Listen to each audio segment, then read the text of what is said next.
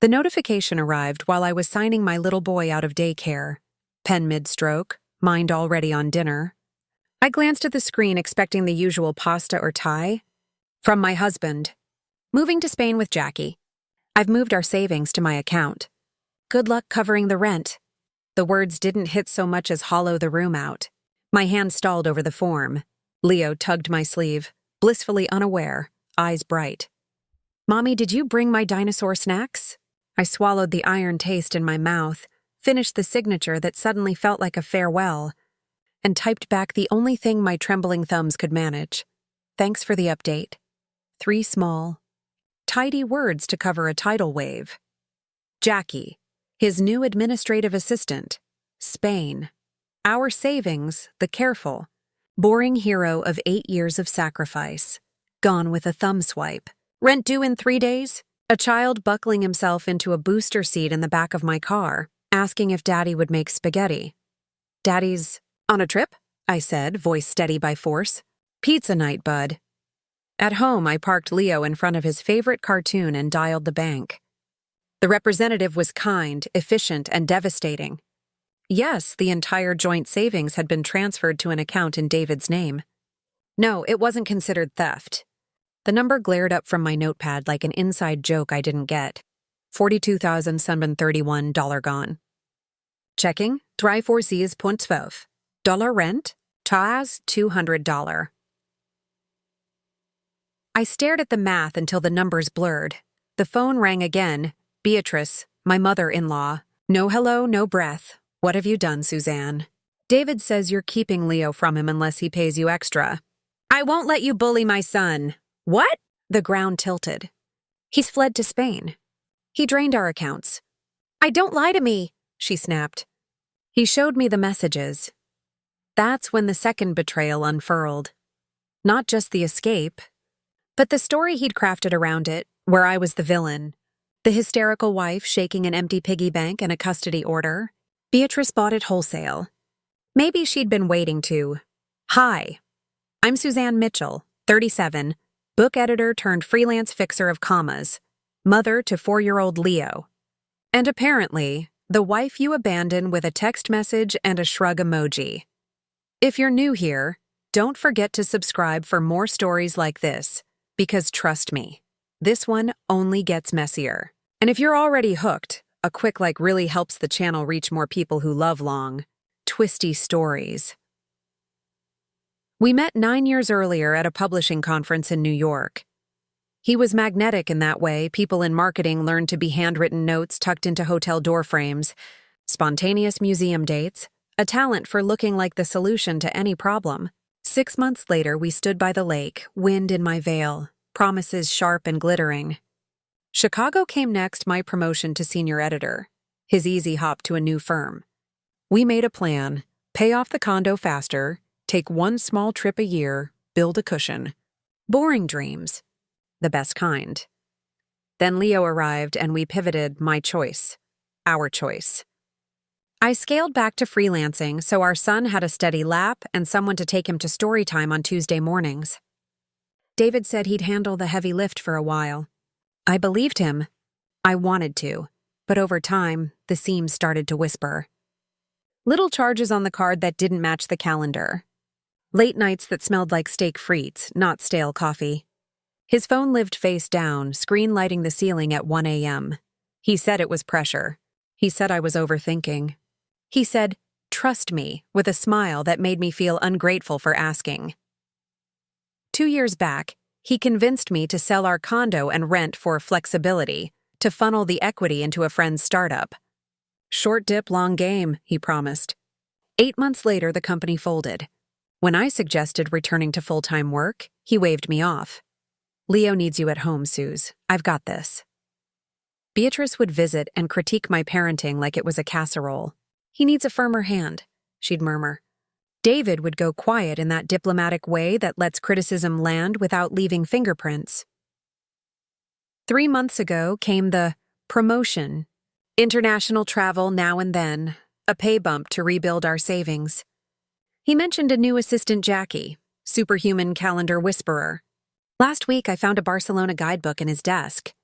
He laughed when I asked, The team's considering a European office. Just research. The laugh snagged in my ribs, but I filed the feeling under not today. I should have listened to the snag. The day after the text, I marched into his office for answers. No more screens. No more spin. The receptionist's smile faltered when I said his name. "I'm sorry, Mrs. Mitchell." David resigned. When? 2 weeks ago? 2 weeks? While I was labeling preschool cubbies and meal prepping meatballs, he'd been folding his life into a carry-on. In the garage, I called his best friend, Trevor. "You knew." It wasn't a question, a long exhale. He said he needed a clean break. From his son? My voice cracked like ice. "I told him it was wrong," Trevor said quickly. "But Jackie makes him happy." There it was, confirmation of the thing I'd tried to keep theoretical. Suddenly wearing a name tag. "Did he tell you he emptied the accounts?" Silence, then a ragged curse. "Suzanne, I didn't know." I drove home with the radio off and the city loud outside the windows. On the kitchen table, a certified letter waited, prim as a snake. He'd already filed for divorce a week ago. New address, Barcelona. The petition read like a vanishing act. Parental rights and obligations to remain with the mother. No visitation requested by the father. On a separate page, a note from his attorney. "Our understanding is that you have ample savings to manage during this period.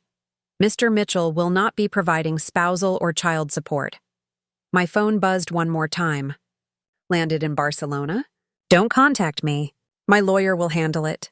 Something in me shifted then. The air thinned. The edges of the room sharpened. I gathered the papers into a stack, centered them on the table, and made a list. Keep a roof over our heads before the rent hits. Document everything.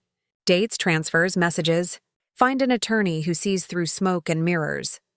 Then I went to the bathroom, turned on the shower to drown out the sob in my throat, and let the grief pass through me like a storm that breaks whatever it can't carry. When I stepped out, one thought rang clear as a bell. He underestimated me. He always had. If you were in my shoes right now, what would you do first? Call the bank again? Confront his friend? Or knock on Beatrice's door? Comment below what you would have done in this situation. 3 days after the text detonated my world, I found myself across the desk from Vivian Aguilar, a divorce attorney my college friend swore by. Her office was small, neat, lined with case binders that looked like weapons. Vivian scanned the stack of documents I'd brought: bank statements, David's smug texts, the certified divorce petition. Her verdict was blunt. "What your husband did is cruel, but strictly speaking, not illegal. He had access to those joint accounts." My chest caved a little. "So he gets away with it?" "Not entirely." Vivian's eyes sharpened. "Judges don't smile on fathers who empty accounts and hop countries.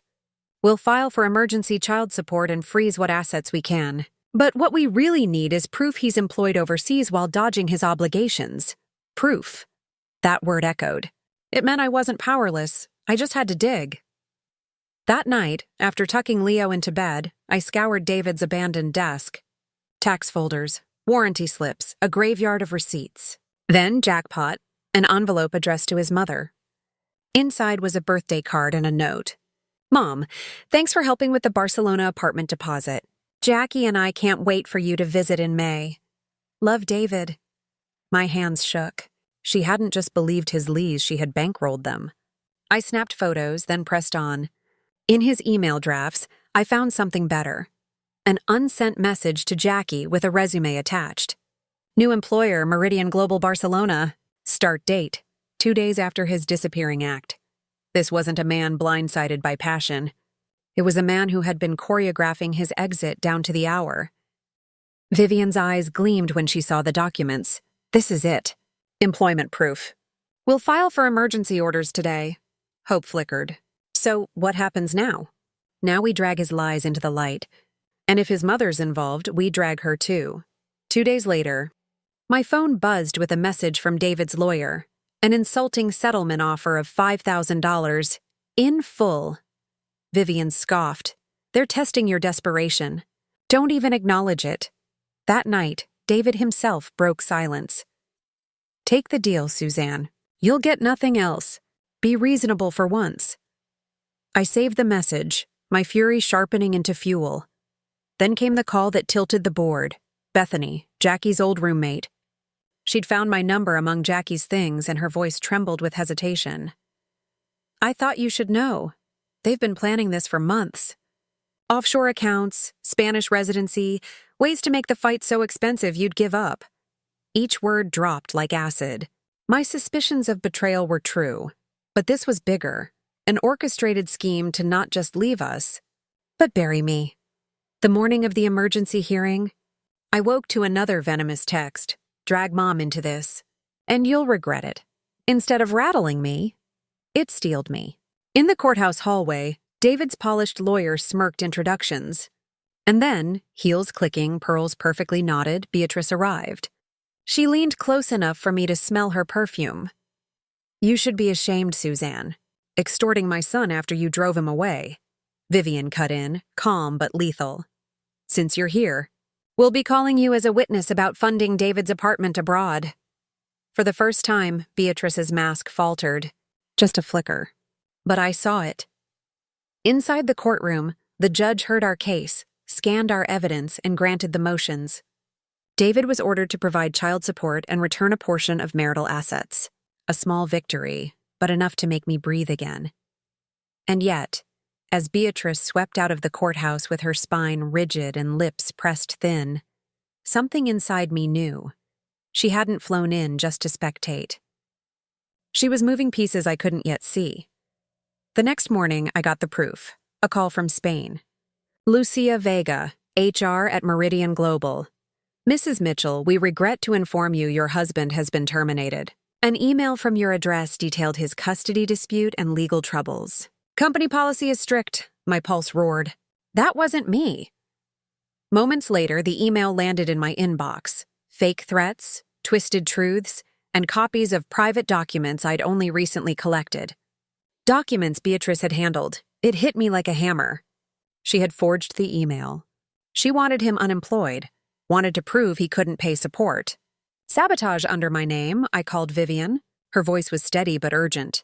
This is identity fraud. Interference with a court order. We'll file new motions immediately. My phone rang again. David, for the first time since he left. His voice crackled with rage. You vindictive witch, you got me fired. No, David, I said, cold steel in my throat. It was your mother. The silence stretched long enough to feel like an admission, and then the final blow landed.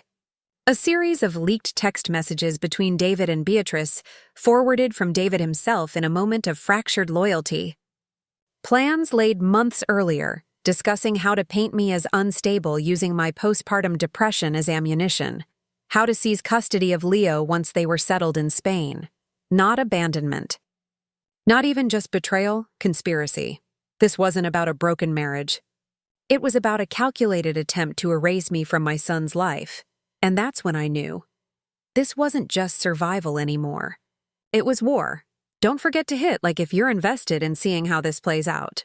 And tell me in the comments, would you confront the mother directly or use her own schemes against her in court? By then, I'd accepted one truth. David wasn't acting alone. His mother wasn't just enabling him. She was choreographing the whole escape. But fate has a way of turning arrogance into ammunition. I needed undeniable proof. That's when I called Trevor again. His voice was heavy with guilt. David mentioned an account in the Cayman Islands. Said his mom helped him set it up years ago. My heart pounded. Offshore accounts. Hidden money. The missing puzzle piece. That night I tried one of David's old passwords. Leo's birthday combined with our anniversary. To my shock, it opened his cloud storage. And there it was, a digital confession. Folders of transfer confirmations. Screenshots of offshore balances. Emails with Beatrice detailing strategy. A document literally titled Custody Plan, where they plotted to use my postpartum depression against me. I forwarded everything to Vivian. Her voice trembled not with fear but with controlled fire. This is gold. We'll freeze the accounts. We'll drag him back into jurisdiction. 2 days later, the judge froze David's Cayman assets. It was the first real strike back. That's when Jackie, called me directly. David's unraveling. He's hiding money from me too. There's another account in Liechtenstein. Over 200 grand. Her tone wasn't noble. It was survival. I'll testify if you guarantee I won't go down with him. Vivian crafted the deal. Immunity for Jackie, in exchange for documentation and sworn testimony. Within hours, I had bank statements in my inbox. The final nail. But Jackie's warning chilled me. He's flying back to Chicago tomorrow. And Suzanne, he's not himself. Be careful. The next morning, airport security detained David on arrival. They served him with a restraining order and court summons. His furious call came within the hour. You ambushed me! No, David, I said, my voice steady. You ambushed yourself. In court, he looked nothing like the man I'd married. Disheveled, defensive, desperate. Our evidence stacked taller than he could climb. Offshore accounts, identity fraud, custody schemes, Jackie's sworn statement. When the judge saw the custody plan, their attempt to weaponize my postpartum depression, David broke. His shoulders slumped. His lawyer's words crumbled under the weight of documented truth. The ruling was swift and merciless, all assets frozen and supervised by the court. David's passport confiscated. Full custody granted to me. David limited to supervised visitation. Referral to the district attorney for criminal investigation into both David and Beatrice. I didn't gloat. I simply looked across the courtroom at the man who once promised me forever and let him feel the silence of consequences. The fallout was poetic. The forensic accounting unearthed not only David's hidden assets, but Beatrice's long-buried tax fraud. Their reputations shredded. Their wealth crippled. The mother who had sneered that I wasn't good enough now faced judgment from her country club friends. Not for me, but for her own crimes. Jackie fled back to Spain alone, her immunity deal sparing her but leaving her with nothing. David struggled to find work again, blacklisted by his industry. Beatrice shrank from society, her pearls no longer armor. And me? 6 months after the text that tried to break me, Leo and I moved into a small condo that was ours alone. No lies in its walls, no shadows in its corners. Just a dinosaur-themed bedroom and a boy who still asked, "Is Daddy coming for dinner?" "I don't know, sweetheart," I answered honestly, brushing his hair back. "But we'll be okay either way." And we were. I returned to full-time editing, with flexible hours that let me be both provider and parent. Leo thrived. The pain dulled into something harder, sharper.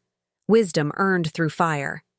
David's cruel text, "Good luck paying rent," was meant to bury me. Instead, it became the spark of my survival story. A story of betrayal turned into proof, of weakness turned into steel, of a mother underestimated until she was unstoppable. If you've been with me through this whole story, thank you. Don't forget to subscribe for more true revenge stories. And tell me in the comments, do you think David deserved even harsher punishment? Or was losing everything enough?